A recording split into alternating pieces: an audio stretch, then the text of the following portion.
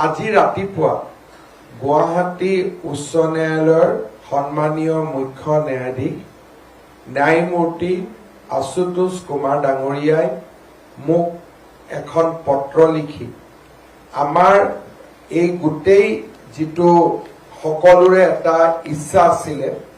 যে fast track কোৰ্টত Zubeen গাৰ্গৰ হত্যাৰ বিচাৰ হওক তেখেতে আমাৰ বাক্সা জিলাৰ ডিস্ট্ৰিক্ট আৰু সেশন জাজ শ্ৰীমতী শৰ্মিলা ভূঞা এখন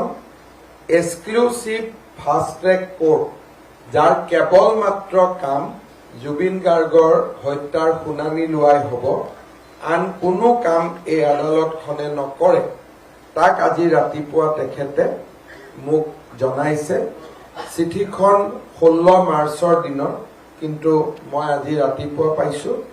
আৰু তেখেতে আমাক জনাইছে যে চৰকাৰে যাতে বিচাৰ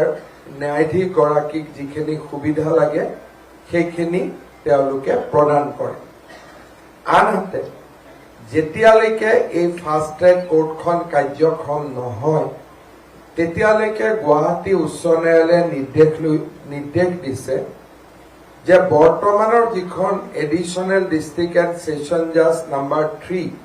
যাৰ আদালতত গোটেই গোচৰটো বিচাৰাধীন হৈ আছে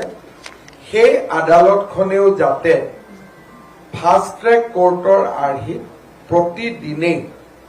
জুবিন গাৰ্গৰ হত্যাকাণ্ডৰ শুনানি গ্ৰহণ কৰে অৰ্থাৎ বৰ্তমানৰ কোৰ্টখনেও প্ৰতিদিনে শুনানি ল'ব আৰু জাষ্টিস শৰ্মিষ্ঠা ভূঞা তেখেতে আহি পোৱাৰ লগে লগে বাক্সাৰ পৰা তেখেতে ফাষ্ট ট্ৰেক কোৰ্টখনৰ দায়িত্ব ল'ব